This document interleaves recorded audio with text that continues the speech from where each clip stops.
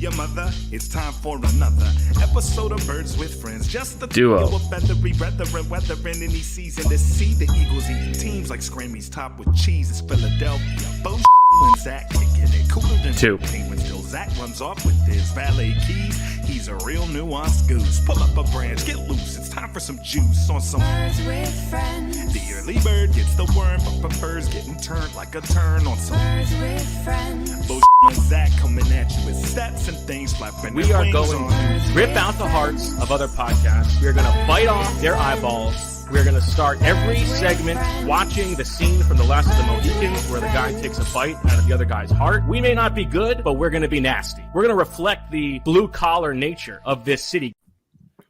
Hello, everybody, and welcome to a Wednesday morning edition of Birds with Friends. Bo Wulf, Zach Berman at the NovaCare Complex, and, as always, recently named the NFC Producer of the Week, Marissa Dunn.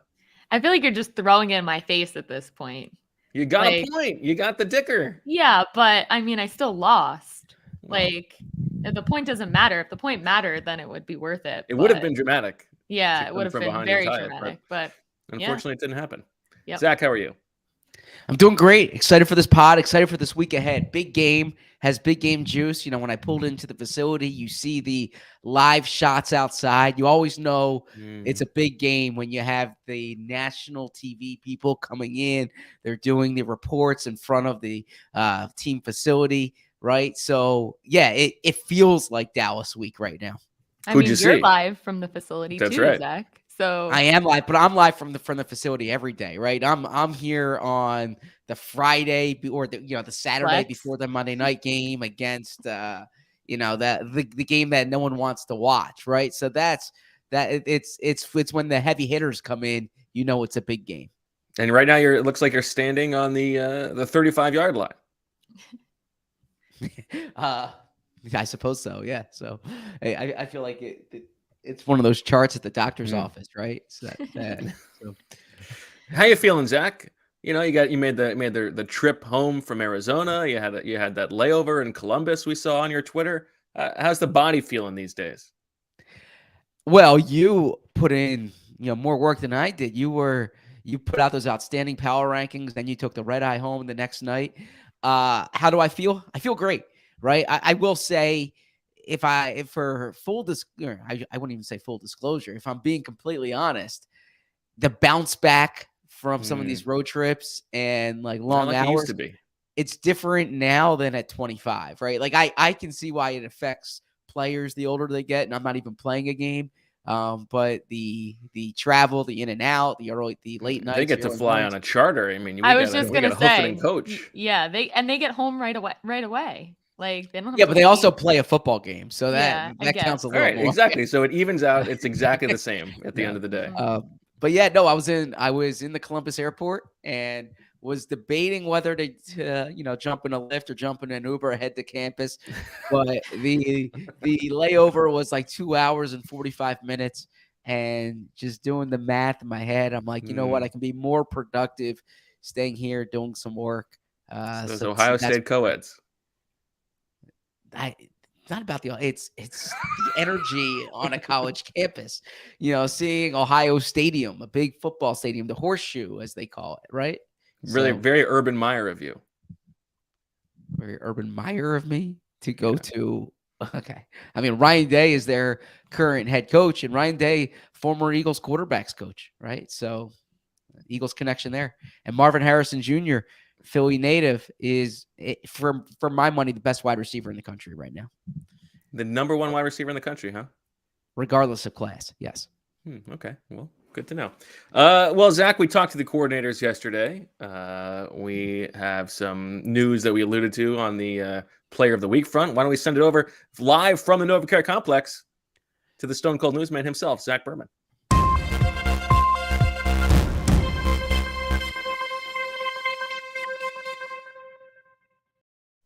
It's Dallas week here at the NovaCare Complex, where the Eagles are getting ready to start their work into a major showdown. The 5-0 Eagles against the 4-1 Cowboys, the Eagles, Nick Sirianni changed the practice schedule today.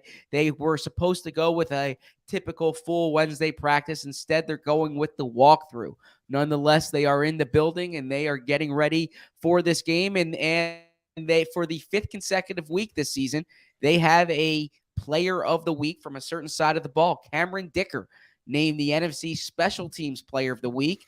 The Eagles had the Special Teams Player of the Week in Week 1 with Zach McPherson. The next 3 weeks, they had Defensive Players of the Week.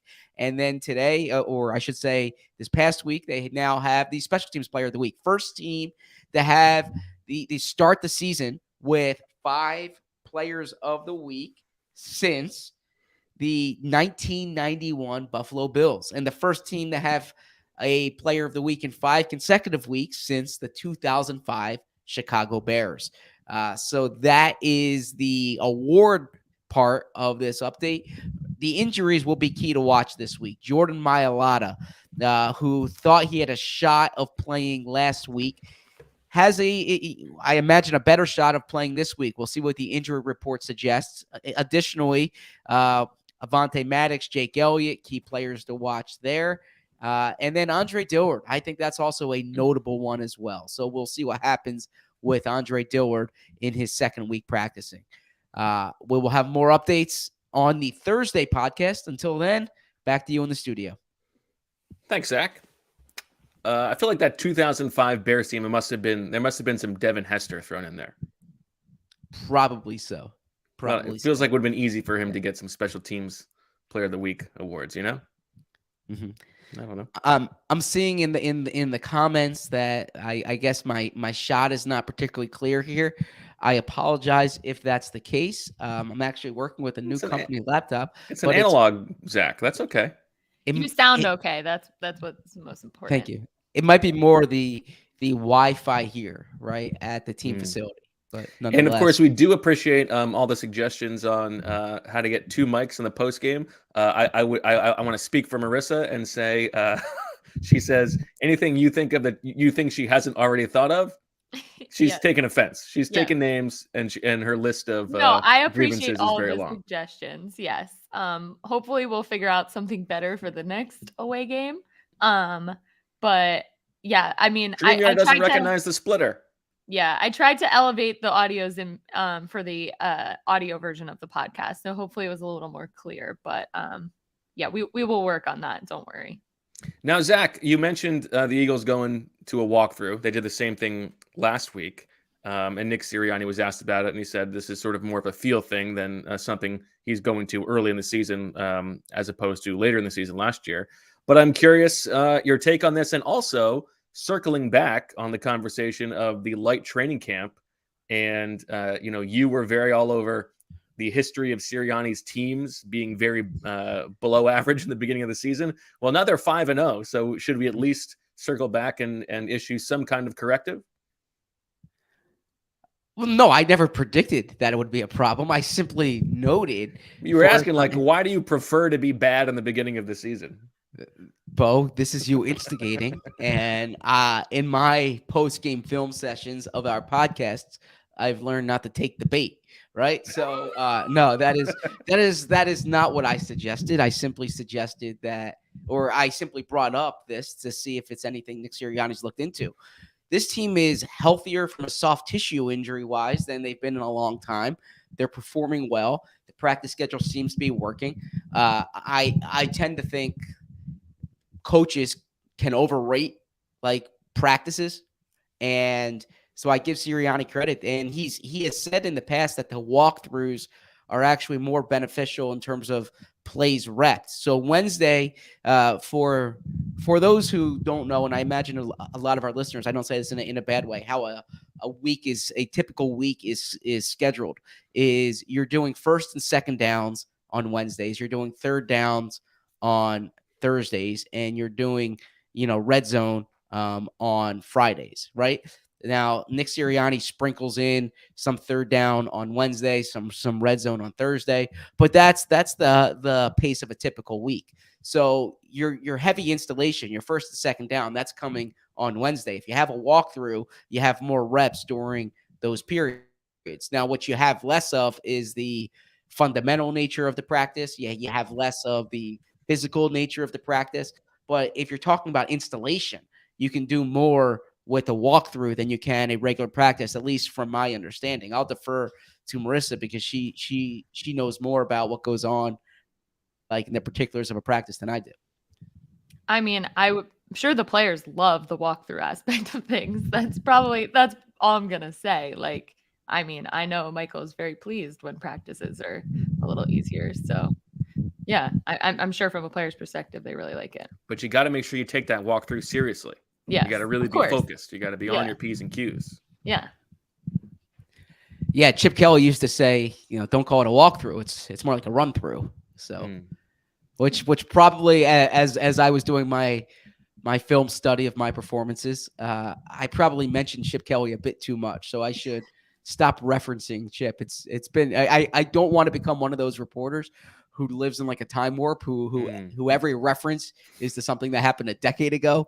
You have to stay current, and so I will be more cognizant of that going forward. And also, as Chip Kelly used to say, "Oh my gosh, I just got fired after going 2-14." I don't think Chip Kelly said that, but okay, if you say so. By the way, bad job by the host of this episode not teasing the fact that we're going to be joined by Nate Tice in a little bit at 11 o'clock to talk some specifics on the Eagles and the Cowboys. Zach, you mentioned the Dicker thing. Have you reached out to Mr. Gonzalez? Have you heard any word from him and his nicknaming skills? I have not reached out to Mr. Gonzalez on that one. I do apologize for the laughter in that podcast. It was we should keep highlight it of the professional. But no, I think if I may say, I think I covered that topic pretty well in my story. I didn't think from a news value perspective it requires a follow-up story. I think if Cameron Dicker's a long-term player here, perhaps there's a follow-up. But I think it was very funny as we wrap the episode, and then compatriots on the beat are tweeting out their stories. Jeff McClain's lead was somewhere Mr. Gonzalez is smiling or something like that. So it all came full circle. Yes. So I do think that if I continued pushing that storyline, it might be a little self-serving. There's other things to get to for an Eagles Cowboys week than the follow-up story on Cameron Dicker's nickname. But for the day when he was special teams player of the week in the NFC and hit the game winner, I thought it was a good story. If you haven't checked it out, please do so on The Athletic. Will he be kicking this week, Zach? Great question, Marissa. I don't have a good answer for you right now. That's one of those we will see how the week progresses with Elliott. I think Elliott might have been a little farther away than Mailata was. Obviously Elliott was declared out on Friday. Mailata was doubtful on Friday. But we'll see with Elliott. Dicker is on the practice squad, hasn't been signed elsewhere, right? So they can elevate him if needed by 4 p.m. on Saturday. There you go. Marissa, any thoughts on a potential trade to the Indianapolis Colts? So in Bo's power rankings, he did have Michael getting traded. I should have done LA. I think that would have been more fun. And the best was I had no idea. So I was scrolling through just reading it. Like I always read everything you guys write. You shouldn't do that. And I just started dying laughing. I was like, oh, wow. So I think it's pretty funny. All the people that have reached out and said how I feel about Indy. Never been to Indy. That's funny. Yes, but we love Cleveland. We're happy to be in Cleveland. So I'm happy to support Michael. The Rams are the team that should trade for him. Michael did have 2 stints already with the Rams. Yeah. So they had their shot. They can make that right. They can correct that historical wrong. Yeah. But we love Cleveland. We're happy to be in Cleveland. Love Cleveland so much, but not when they're playing the Yankees. So sorry, Guardians. So good win for your last night. Michael is rooting for the Guardians, but I obviously am rooting for the Yankees. And how about them Phillies? So how about them Phillies playing well? Yeah. A quick semantics question for you, Marissa. You said scrolling through our articles. Is that the same as me skimming through a book, or are you reading the article? No, I'm actually reading. I meant like on my phone. Okay. Don't worry. I'm actually reading too, and I'm skimming. But yes. Don't worry, I'm actually reading.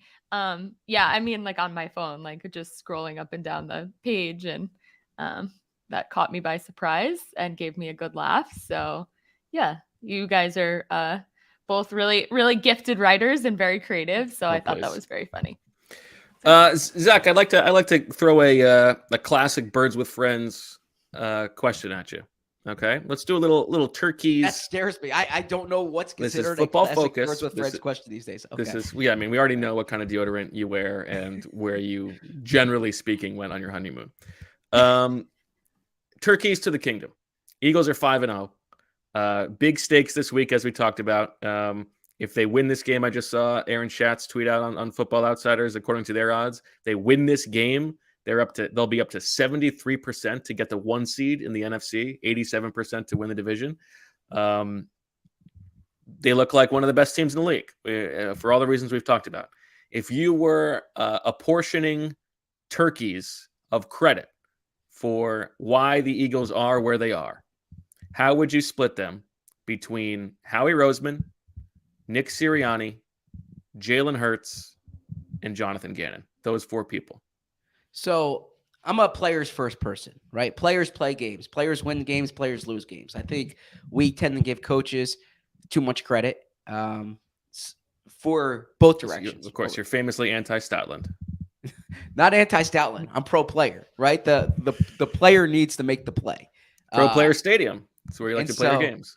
So I would give Jalen Hurts the plurality of the turkeys, but it goes well beyond Jalen Hurts, right? Like, I wish you can put in the offensive line and the defense. I wish you could put the roster itself in, right? That would get 75% in my eyes. But if we're just doing Jalen, all right, fine. How about we'll do a 5? We'll do Jalen Hurts, the defensive coordinator Jonathan Gannon, the head coach Nick Sirianni, the general manager Howie Roseman, and the 52 other players on the roster as one collective.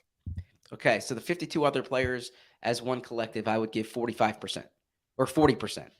I would give Jalen Hurts 25%. Okay, so that brings me up to 65%. I would give Nick Sirianni and Howie Roseman both 15 each. So that gets me the 95, and I would give Jonathan Gannon 5. Okay, but what about the fact that those 52 other people were brought in by Howie Roseman? Oh, I look, Howie's done an outstanding job, right? It's not like against Howie here. The roster Howie's assembled, the offseason that Howie's had, frankly, it goes back 2 years ago from the time that they tanked the Washington game. The plan that How he executed, dare you? The plan that they executed, Howie deserves high marks, right? So it's like a chicken or an egg argument, right? But ultimately, the players are the ones out there making plays. The players are the ones out there not making plays. So I tend to give players probably too much credit and too much blame. But yeah, Howie put the roster together. Nick's coaching them up. Nick's setting the culture in place. Nick's making the sideline decisions. Jonathan Gannon is running the defense. But this is a players' league, so I will always credit the players. Well, sure. I mean, you could play the game where, like, Howie Roseman drafted Jalen Hurts. He hired Nick Sirianni. He hired Jonathan Gannon. So ultimately, he's responsible for all of those things. But I think if I was doing it, I would go like I think Jalen Hurts gets the most credit. More than the players on the roster. Interesting. Well, let me ask. It's a Howie thing too, because like AJ Brown changes the offense entirely, and I give AJ Brown credit for that. But you have to give Howie Roseman credit for bringing him in. But I think Jalen Hurts is one of the few people who is who doesn't like AJ Brown. To me, is a Howie Roseman win. Jalen Hurts, while Howie Roseman did draft him in the second round, despite the criticism at the time, he did not foresee this outcome.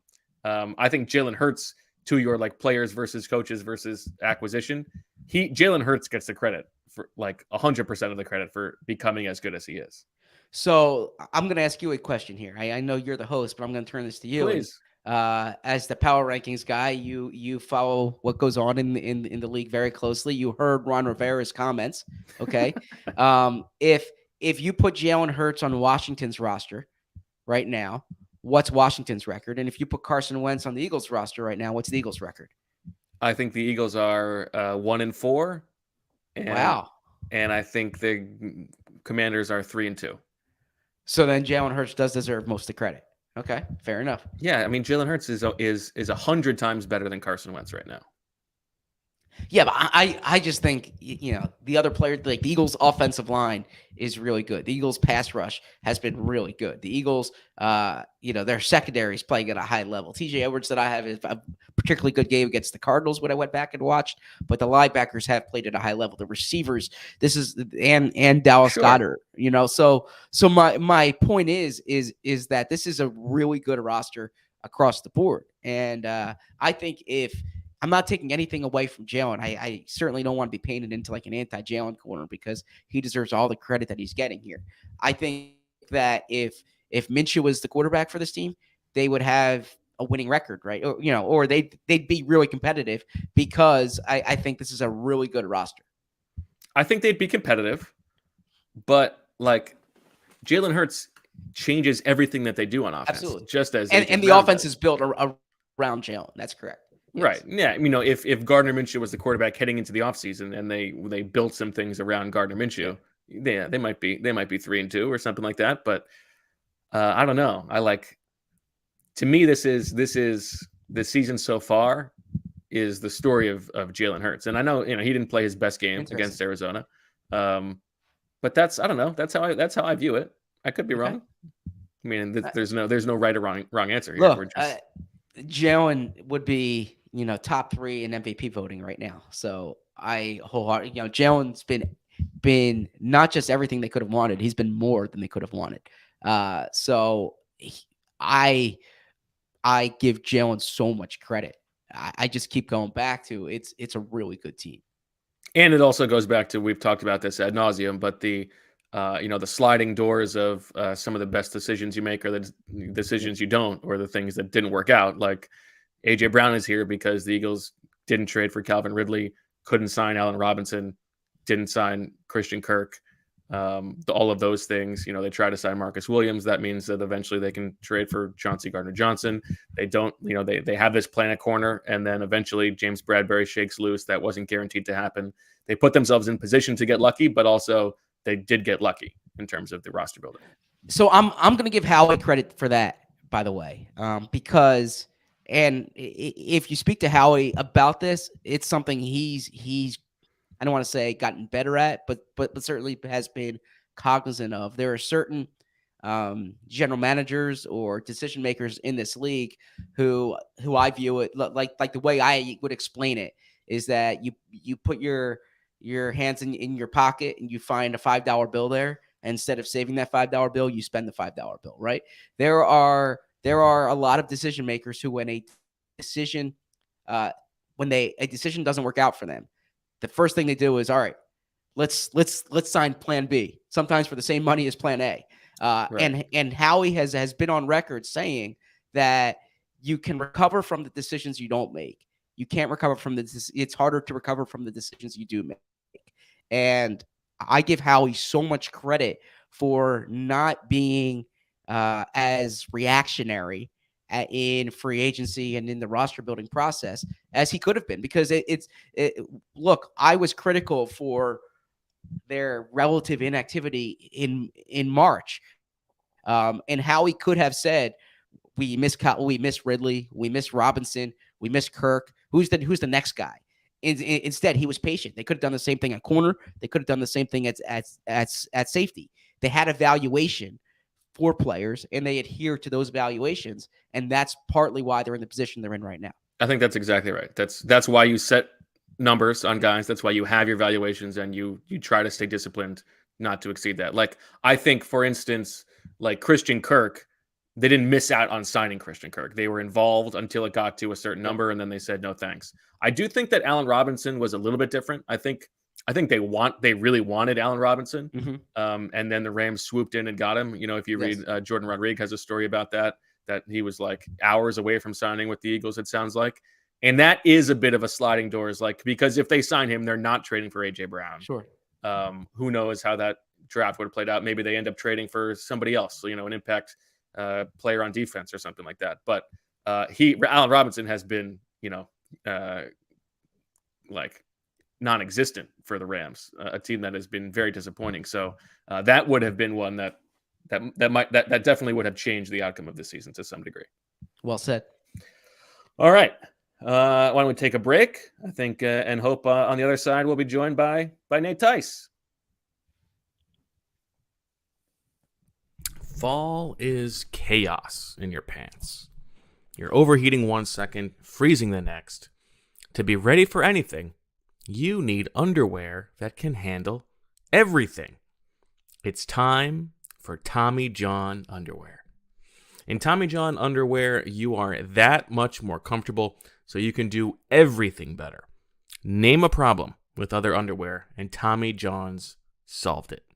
Tommy John's breathable, lightweight fabric has 4 times the stretch of competing brands. They come with a no wedgie guarantee, thanks to a non-rolling waistband and legs that never ride up. Plus, they feature a horizontal quick draw fly. And Tommy John loungewear is guaranteed to fit perfectly with comfy, non-piling micro-module fabric, meaning no lint balls or fuzz, into luxuriously soft tri-blend fabric with flexible 4-way stretch. With over 17 million pairs sold, people love Tommy John underwear and loungewear, and that's why Tommy John doesn't have customers. They have fanatics. And listen, all of this sounds like, inside baseball mumbo jumbo about the underwear, but I'll tell you this. This is true. Tommy John's sent me a little sample, put it on once, was comfortable enough that when I was packing for my trip to Arizona, I saved the Tommy John underwear to be the last, to be the one that I could wear on the red eye back. Okay, so you're going to be on an uncomfortable plane. You need some sort of thing to make you feel a little bit comfortable. You know what I did? I saved my Tommy John just for that, and it worked out well. I feel like that's as big of a endorsement as I could possibly give. So go to TommyJohn.com/athletic right now for 25% off loungewear and sleepwear. 25% off loungewear and sleepwear at TommyJohn.com/athletic. TommyJohn.com/athletic. See site for full details. All right. Welcome back to Burns with Friends. We are pleased now to be joined by Nate Tice. Nate, how are you? I'm doing well. How are you guys? Doing very well. Thanks for joining us early. Are you still winning? Are you still winning in the pool? By the way, I think I am tied. I think I am tied at the top of the standings. He thinks he's tied. He knows exactly where he is. I haven't checked. There was one guy had 1 game left that I could have been. He could have kneecap him. Do we have to? Do you have to close it off? Just tell us. Give us a wig. There's it's usually first initial or full first name and then last initial. So I'm trying to just check off everyone in the phone book. He's got that the first Terminator. Figure out who he is. You're finding all the Sarah Connors one by one. Yeah. That's exactly right. So Nate, you're joining us early West Coast time. We appreciate that. I think we do have to start. What did it feel like to have the honor of being the very first person from The Athletic to be invited to join a Sheil Kapadia Ringer podcast? Am I the first one? I beat you guys. I am honored. That's amazing. I did not know that. No, it felt great. It felt great to do it with Sheil. And also I don't know if you guys listened to that episode, but I got to hear Sheil also try to do a coach impression. He was trying to mimic a coach's voice, but he ended up using Sean McVay for every single one. So he's trying to talk like Mike Tomlin, but he's actually talking like Sean McVay. So there's a lot of hey man, did you see? He just did it over and over. He had one move. He had blue steel. And that was about it. Well, what I do when I listen to that is I listen to you and then I fast forward through him and then I listen to you and then so it's I didn't get all of those, but that's times 2 times 10 times 2 times 10. Yeah, that's exactly it. Exactly. That's funny. Sorry, Zach, were you going to say something? No, I enjoy Sheil getting recognition on this podcast. Right? You mentioned his name, which you haven't done in about 2 months. So only because Nate's here. We're trying to be nice. He's Voldemort now. That's amazing. That's exactly right. Okay, Nate. Let's talk a little bit about this Cowboys defense, if you don't mind. We know that they're creating pressure at the highest rate in the league. But I think there's some sense from the the Denizes who we love that they might be like a touch overrated from like a game changing standpoint. Like DVOA, the Eagles I think are 5th in defensive DVOA. The Cowboys are down at 6th. Tell us sort of like where they're vulnerable and like what they have going aside from Micah Parsons being maybe the best defensive player in the league. Yeah, DeMarcus Lawrence is also a very good player. If he could be a number 1 for a lot of teams, and he's their number 2. But if they had a weakness, it would be that you can run on them. Like you can consistently run the ball on them. They don't have a ton of size up front. They're built to be speed, which is obvious with Parsons, but just other guys that they have. They like to use a lot of DBs on the field.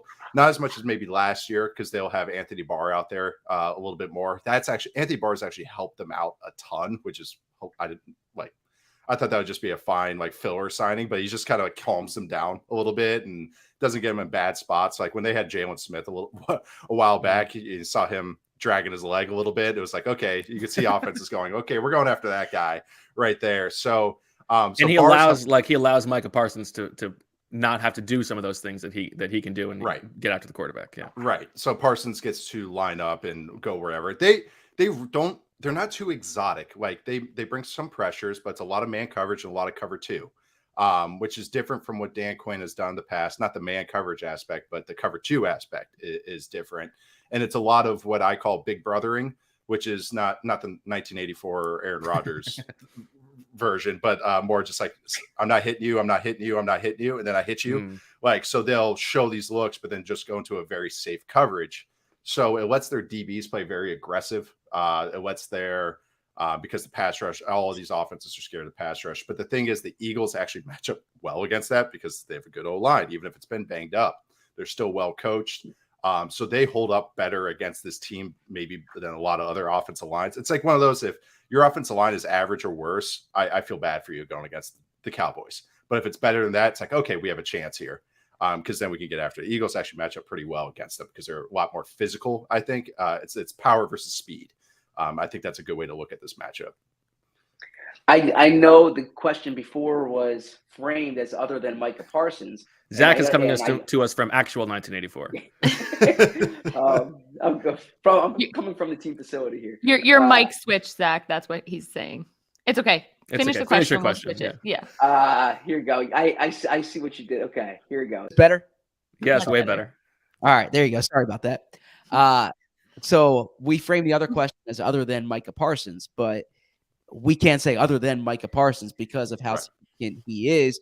There was so much intrigue in Philadelphia during training camp about how the Eagles would use his, how they would use Reddick and where they would line him up, how he would rush. So how do the Cowboys use Parsons? Where is he coming from? Is he lining up over the left tackle? Is he moving all over the place? How specifically do they use him? All over. You'll see him in not even just a pass rush sense. They'll be in a base personnel, just their 4-3 version, their version of a 4-3, and he'll be as an off-ball linebacker, just like working in coverage, which is not the best way to use him. But then also as a pass rusher, the typical stuff off the tackle, but they'll bump him inside, and this is where having other guys like DeMarcus Lawrence helps. They can put these guys on the same side and twist them up. You'll see, this is what just good coaches do with good pass rushers. And I want to give more credit to Dan Quinn than maybe I even gave him last year. It's nothing crazy, but it's more that they scout the opposing team and go, okay, who's our punk? All right, who's the guy we're going after? And then I bet you Micah Parsons is lined up there half the time. He'll line up over a guard. He'll line up over a center. They bump him around based on where they think they have a matchup. What is so dynamic with this defense is how many games and twists that they run up front. So they use Parsons' ability. There was a play against the Giants that where offensive line Twitter was going like, oh, he got help. He got pushed by the tight end, but really it was Parsons just ear holes the right guard.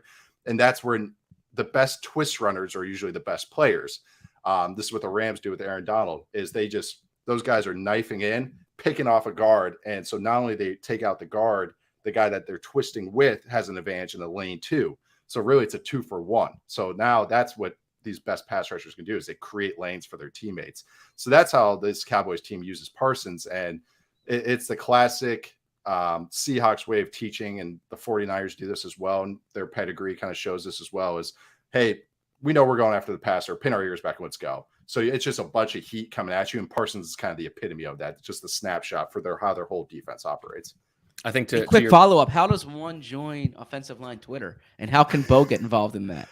Just never admit that the offensive lineman could do any wrong. That's the first start. Yeah. And then also, if you tweet a play about like anybody else that you go, man, that was a great run by Miles Sanders, make sure you point out the left guard blocking, as well. And if you ever notice my tweets, I almost do it begrudgingly. I make sure to point out 14 different things just so no one can kneecap me and get underneath me with that. So yeah, that's how you join offensive line Twitter.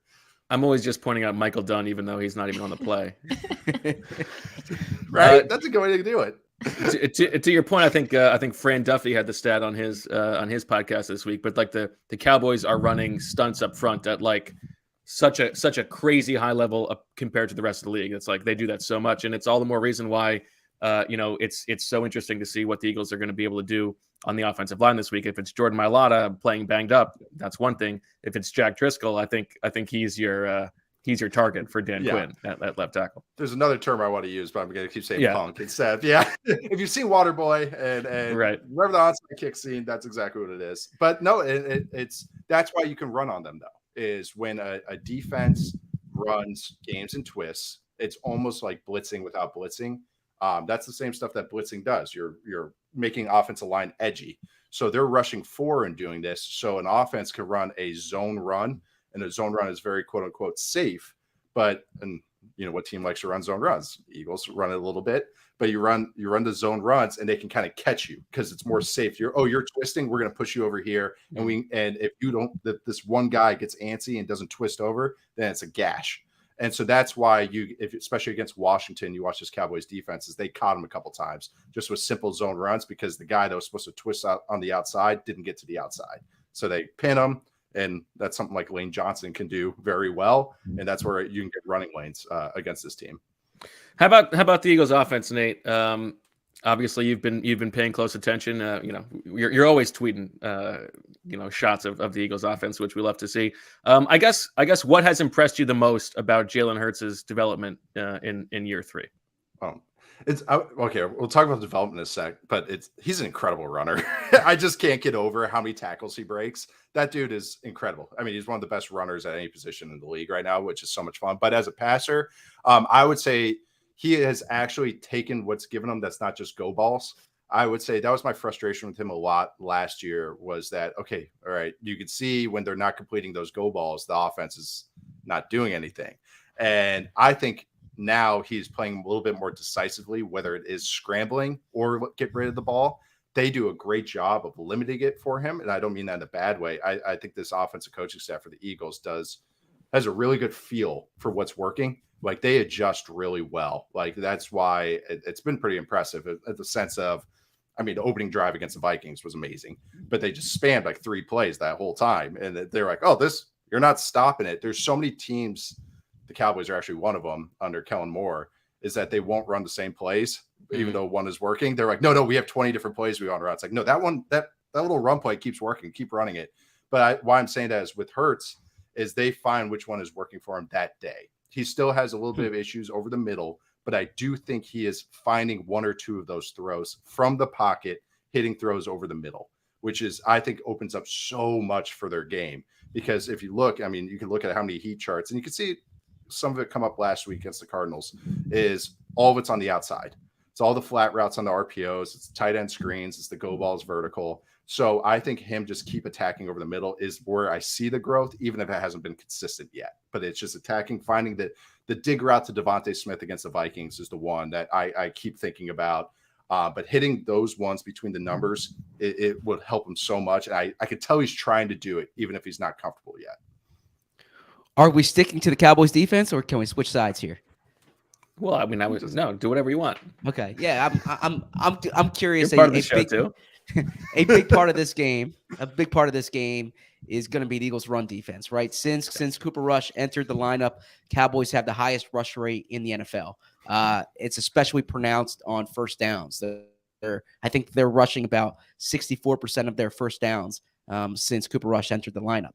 The Eagles' run defense is, I don't want to say it's built around Jordan Davis, but it's fundamentally different this year with Jordan Davis than it was last year. In your review of Eagles games, what do you think of how Jordan Davis has been through 5 games, and what's going to be the key to that matchup for the Eagles? I'll be honest, after the first 2 weeks, and I know rookies sometimes get a slow start, I was getting a little worried about Jordan Davis. I was, there's a lot of leaning on offensive linemen, standing straight up and just kind of hanging out. This last 2 weeks, though, I could see it coming together a little bit, especially the Cardinals game. At first, I'm watching the Cardinals game because I actually wrote about Jordan in my little article today. Nice. The first kind of quarter or so, I'm like, oh, come on, dude. Like, we knew that. This is all integration. I knew synergistic. Yeah. This company's synergy is just great. and I was like, come on, you got to do something. And then you could see where, I was going to say the weight of Jordan Davis, but where the value of Jordan Davis comes in is he wears down centers. They run all the bear fronts where he's head up with the center. That's basically all he runs. I've never really seen him running where they're in an even front as a 3 technique or 1 technique. It's head up 0.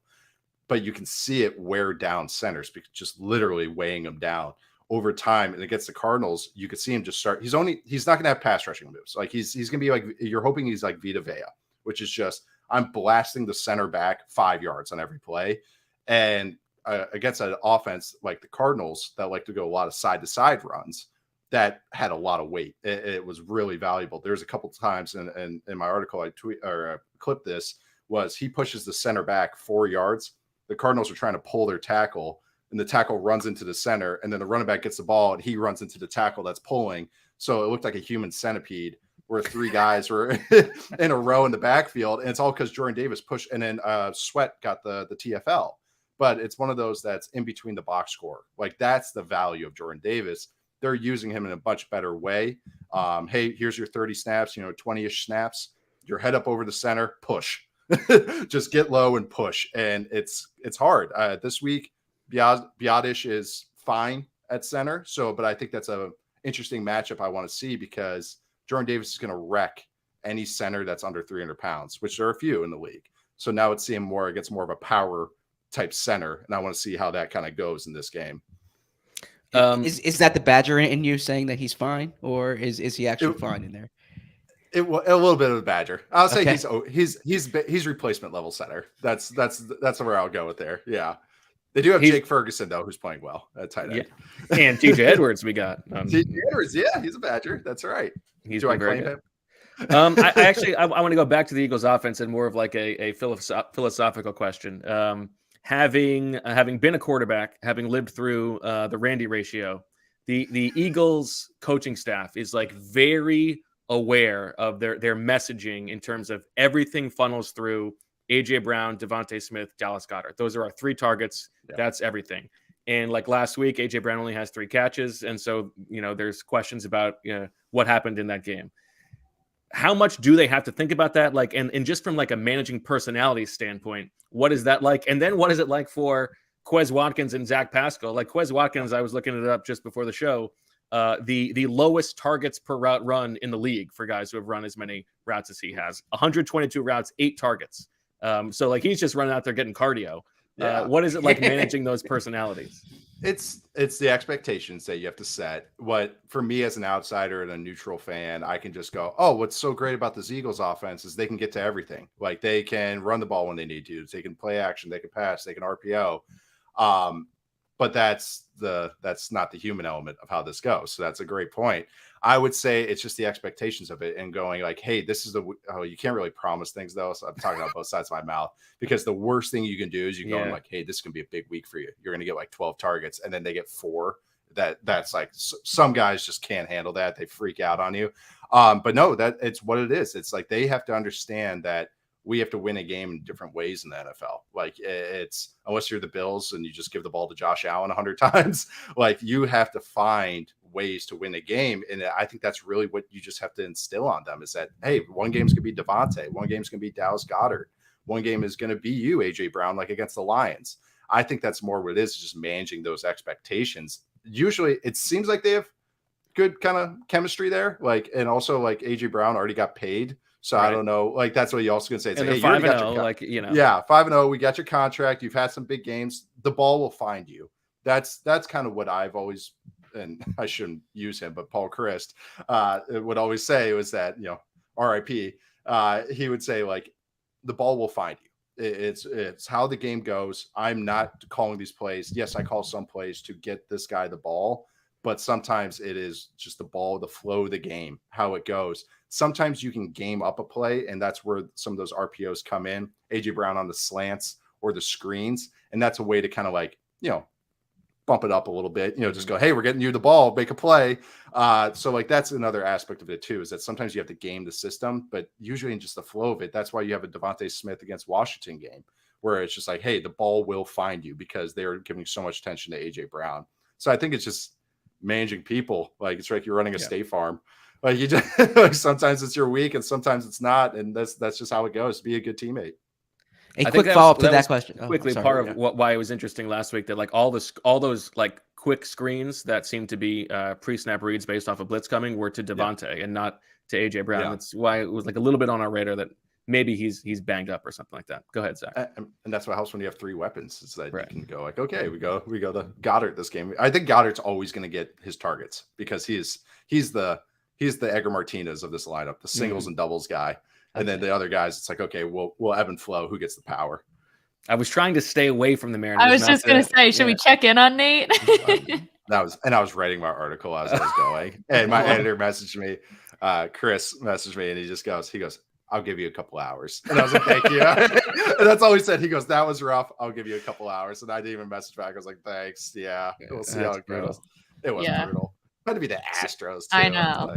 No one likes the Astros, right? No one likes the Astros. Nobody. Coming from a Yankees fan, I say that. I know, right? I'd rather play the Yankees because at least it's like, I don't know. Astros just seem slimy. Yeah. Yes, totally.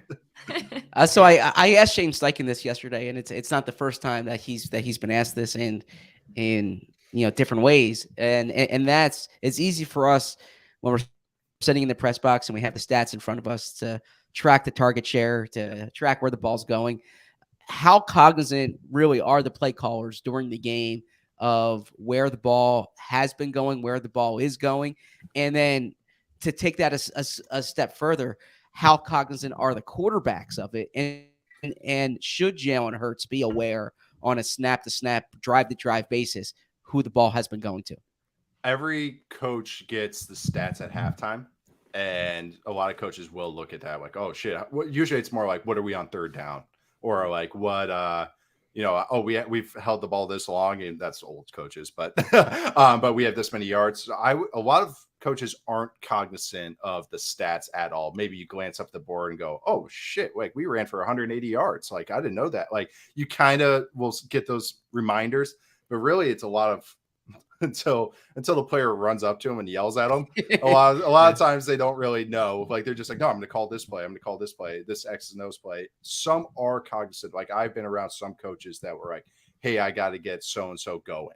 So I'm going to get him a touch here. And that's where the screen game comes in. Hey, I haven't called this in a while, so I'm going to get this going. Some play callers are like that. I think a guy like, I'll just use Kyle Shanahan because I'm unoriginal. Like a guy like Kyle Shanahan doesn't not give a shit. Like he just calls what he's going to call, and he has the personality to kind of go like, well, that's what I'm going to call, so deal with it.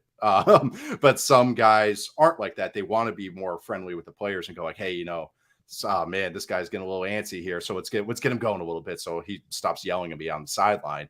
I think quarterback wise, some guys, I think there's a misconception with some quarterbacks that as far as how they target and stuff. And they're like, oh, that's his favorite guy. Sometimes it is, they just say F the read, like Russell Wilson on the last play last week. The read was obviously going one way, but he was like, no, my dude is Cortland Sutton.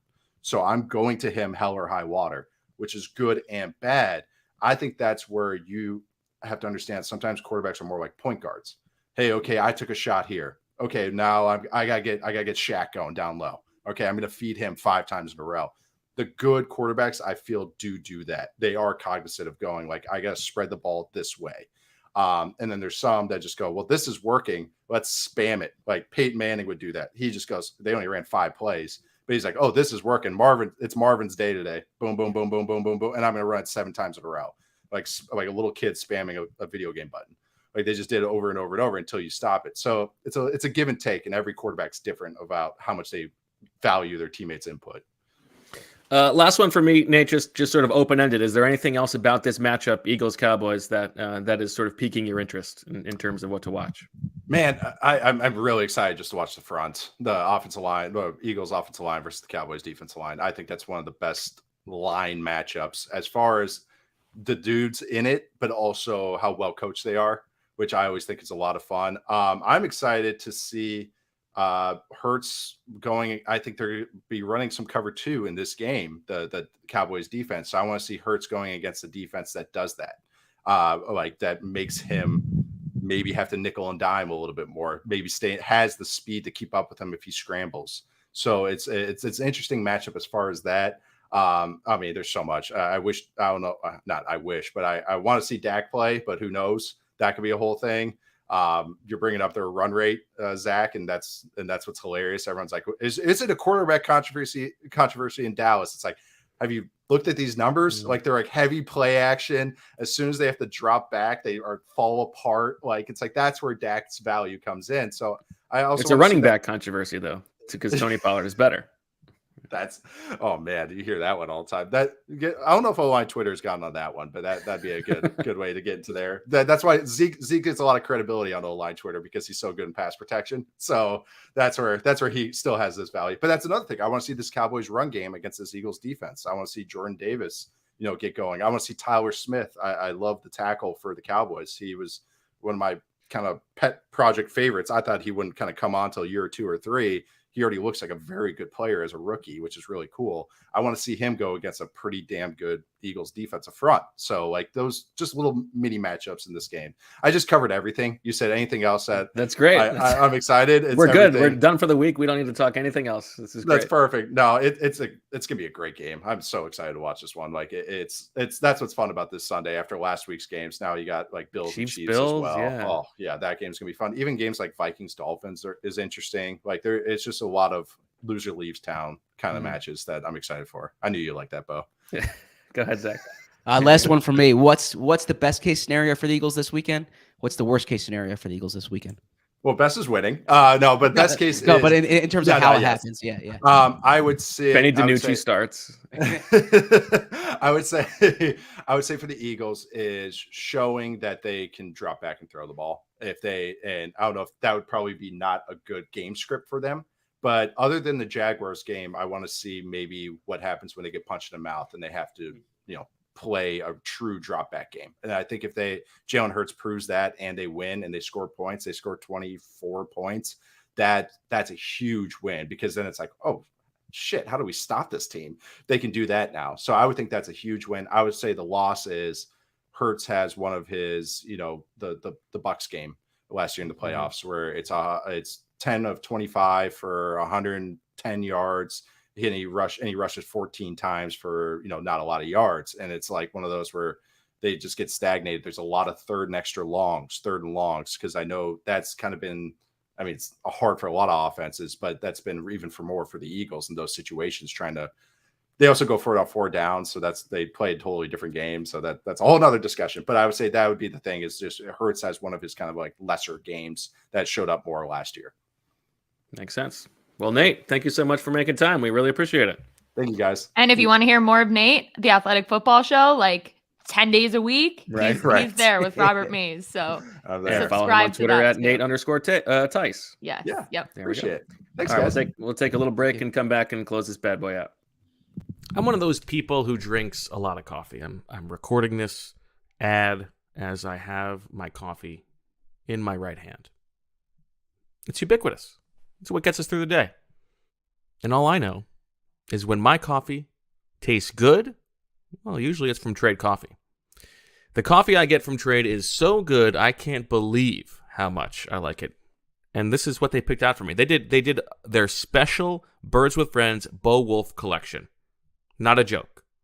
And their team actually worked with me to create this custom collection.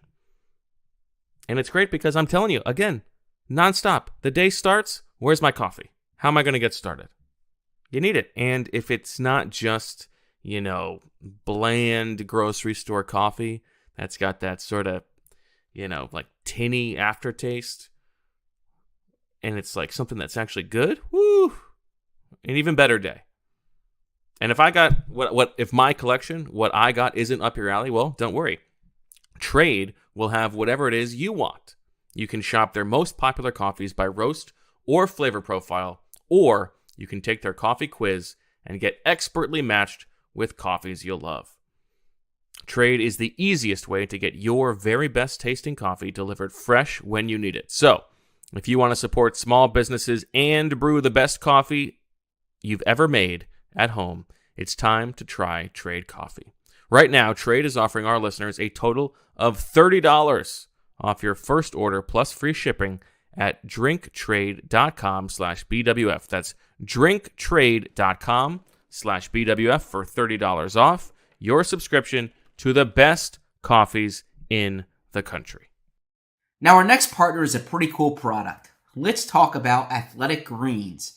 If you're looking to get better gut health, more energy, or a stronger immune system in a really easy, natural way, you've got to check out Athletic Greens. I'm sure you'll all agree that most of us are not huge fans of having to take a bunch of pills or vitamins in the morning. But with Athletic Greens, you can get rid of all those extra vitamin bottles and finally make some room in your cabinet. Athletic Greens is an all-in-one solution that actually tastes good. You'll really enjoy getting your daily vitamins. What is this stuff? Well, with one delicious scoop of Athletic Greens, you're absorbing 75 high-quality vitamins, minerals, whole food source superfoods, probiotics, and adaptogens to help you start your day right. This special blend of ingredients supports your gut health, your nervous system, your immune system, your energy, recovery, focus, and aging. All of these things. It's lifestyle friendly whether you eat keto, paleo, vegan, dairy-free, or gluten-free. It contains less than 1 gram of sugar, no GMOs, no nasty chemicals or artificial anything, while still tasting good, and it supports better sleep quality and recovery. That's important for me.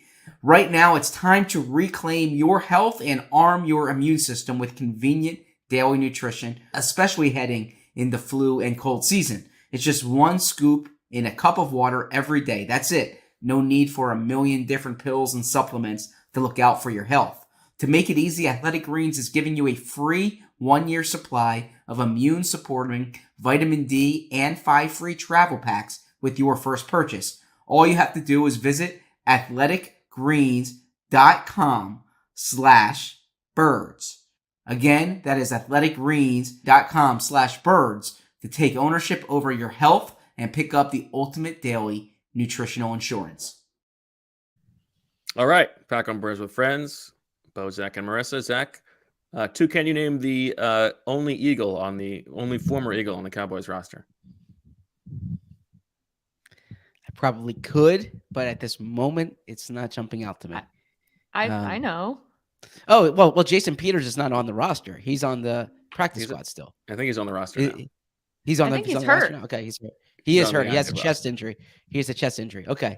I know they initially signed him to the practice squad. Then Jason Peters is the Did I just beat Zach in a 2-can? You sure did.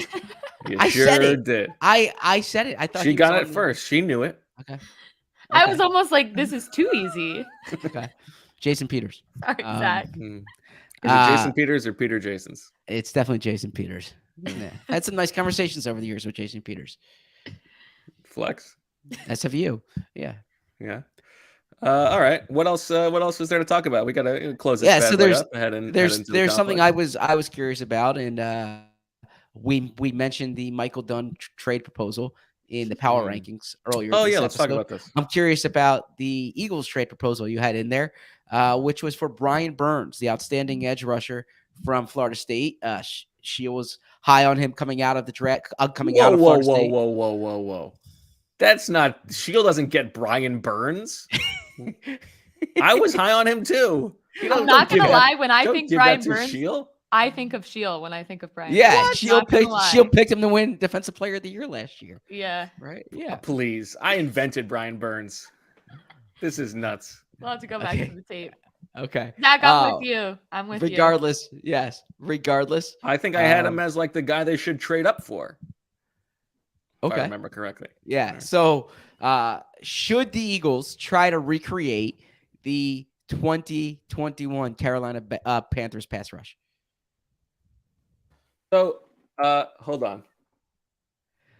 This is in Bo's head. Well, Bo's looking it up. 2019, the best case mock draft scenario. Actually, this is not Brian Burns. Okay, and I think and I had also my Bo actual does prediction that they would trade yeah, up for him. yeah. Bo does like 8 mock drafts before Correct. the draft. Yeah. So he can claim. Yeah, all I this. predicted my actual mock draft was that they would trade up for Brian Burns. Okay. Anyway. Also, while you're looking this up, thank you to Marissa for really good editing on the Athletic Greens read, because I had to look up the promo code and you took out that pause, and I noticed that. Zach, and I don't tell appreciate it. anybody that. Thank you. Yeah. Yeah, but no, you deserve credit for that, and you deserve public credit for that. So thank you. No, it's okay. So here's why I think Brian Burns makes sense. One, the Panthers, like they shouldn't be trading Brian Burns, right? Like, this is a rebuilding team. He is one of the most important commodities you can have as a rebuilding team. He is a young, dynamic pass rusher. If aside from a young quarterback, who would you want to start your team with? A guy like Brian Burns. He's been awesome. That said, if you're going to do it, you need to have enough capital to make it worth their while if they want to really like totally reload. And the Eagles have that. And I think that Jalen Hurts' play through the first 5 games of this season means that the Eagles don't have to be so clingy to all of that draft capital, because it looks right now like they're not going to have to use that to go get a quarterback. So that means that they can trade, one of at least their first round picks this year. They've also got 2 second-round picks in 2024. So I don't know if a first and a second is enough in Carolina's eyes to get Brian Burns. But I think we know that if Howie Roseman is going to push chips in, it's going to be for an offensive or defensive lineman. And, offensive line doesn't seem like something that they need. So, they've got a pretty good pass rush right now. But would Brian Burns completely change that? Absolutely. And I think they would do that. He's also 24 years old. So this is not like, going to get Von Miller. This is a guy who's keeping your window open. And you've got Brandon Graham maybe playing in the last year of his career. He wants to keep playing, but not something that you can count on. So even though you've got Josh Sweat and Hassan Reddick, you add Brian Burns to that mix, and all of a sudden you're very scary. So a few things here, and that's well said. I agree with you that if you're a coach looking to take over a team, or potentially even a GM looking to take over a team, you would want as many good young players as you can have, right? But I mean, look, the Nationals traded Juan Soto. That was an ownership situation, but the thought process is you get the optionality, and you don't want to come in having to pay someone. Brian Burns is do a big contract extension, right? So that's the first thing you look at. Second, the Panthers already lack a few draft resources. They traded for Matt Corral last year. They traded a future pick. And the other thing to keep in mind is, in addition to wanting to get good young players on rookie contracts, they might be in a position where they're trying to trade for a coach, right? And they could also use capital there. I don't think that they're going to be – I don't think there's a lot of players on that roster who are going to command, potentially a first-round pick.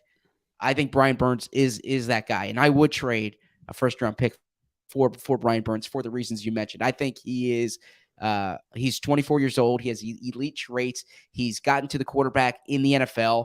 Now, the Eagles have already paid Reddick, and they've already paid Josh Sweat. So you'd much rather, from a resource allocation perspective, to have a rookie, to use a first-round pick on an edge rusher, so you're not paying 3 guys top-level money. But I have no problem paying elite players at elite positions elite money, right? And that's how I would view a Brian Burns trade. So at this point, I would not trade the Saints pick. I think the Saints pick has a good chance of being a top 10 pick, and I think you can get, because of the amount of quarterbacks who are going to go in the top 10, you can get a blue-chip defensive player on a rookie contract in the top 10. So I would hold that Saints pick close. I would have fewer reservations about trading that Eagles pick. And if that can be done, that is something that I would certainly look at. All right. Good discussion. Wait, real quick. We have to ask it. What about Christian McCaffrey? So I'm big on Christian McCaffrey, right? I think from a, I don't know, what's the price, right? That's the thing. What's the price? I don't love paying running backs huge money, and you have to pay him huge money. He's injury prone. Now, if you trade, now he is, in my opinion, one of the 2-3 best players, one of the 2-3 best players in the league. So one of the 2 or 3 best players in the league. No. I'm sorry. One of the 2 or 3 best running backs in the league. Gosh. Sorry, I got a text message during that Flex was an important message. Jeffrey. Yeah. You got breaking news? It was not Jeffrey, but it was someone in the league. So sorry. So that diverted my attention. Howie. He's Mr. one of the 2 or 3 Mara, I best. presume. He's one of the 2 or 3 best running backs in the league when he's healthy. And that's like a push the chips in. We're going for it this year because he can change things for you. But I would much rather from a, like, if I'm giving a first round pick or a second round pick, I would much rather trade it for an edge rusher than a running back. And I think despite what Bo says about Miles Sanders, I think they can get by with their running backs. And if they add somebody, it's someone who can help in pass protection, maybe someone who can help. Say what you will about Christian McCaffrey, but at least he can stay on the field on third down. Yeah, someone who's an upgrade over Kenny Gainwell. I think they would look for a Gainwell upgrade than a Sanders upgrade. But I'd be surprised if they gave up a big pick for McCaffrey. That said, they loved McCaffrey in 2017. They would have taken McCaffrey if he was on the board 14 that year. He was not, but they loved McCaffrey that year. Yeah, I mean, that's a weird person dynamics one too. If you're going to trade for him, like Miles Sanders is gonna skulk around, would be my presumption. Not that that's why you should make a trade, but I do think that that's unlikely. But I think it makes sense for them to look for a cheap running back who can take a little bit of heat off Jalen Hurts between the tackles, and more importantly, stay on the field on third down, because Miles Sanders at pass protection is a liability. Who's your guy there? I haven't thought about it enough. You run the trade machine. Yeah, but I had Brian Burns. I mean, I only so much time. Okay. What were you going to say, Marissa? No, just that the chat was asking about Christian McCaffrey, so I figured we had to get that in, especially after our Miles Sanders discussion a few pods ago. So yeah. Let me give you a name real quick. Let's see if I can come up with something just to close this out. How about no, everybody who fits that bill is an oldie. An oldie. Like Mark Ingram. An oldie but a goodie, right? How about we could save it for tomorrow's pod. It could be a teaser. Yeah. We're gonna go prime time tomorrow night, right? Yes, tomorrow night, 8:00. 8:00. Someone said David Montgomery, who's in the last year of his contract. David Montgomery has some ties to. I mean, I would say Nick Sirianni. I said this around the draft, is very close with the Iowa State staff. David Montgomery was like the flagship player for Matt Campbell's team when he took over. So actually, I thought the Eagles were going to take Montgomery the year they took Sanders. They took Sanders. But yeah, that could be a decent 1-2 punch. But I How about James Robinson? Or the Jags have been using him quite a bit. Yeah, but now it seems like they're finally using ATN a little bit more. I don't know. Make it worth their while. Do you remember when Eagles Television Network was ETN? I was a little callback to a previous podcast. Yes, I'm aware. Thank you. Yes. Thanks for letting everybody know. All right. That'll do it for this episode of Birds with Friends. Thank you to Nate Tice for spitting some wisdom. And we'll talk to you tomorrow night, 8:00, a live swooper with special guest Dane is to deliver the swooper prompts in person. We'll see what kind of fireworks he and Zach can get into, debating Jonathan Gannon and what is fair in terms of swooper. So we'll see. Exciting stuff. So for Mr. Gonzalez and Zach and Marissa and Nate, I'm Bo. We thank you for listening. We'll talk to you tomorrow night. And as always, we love you.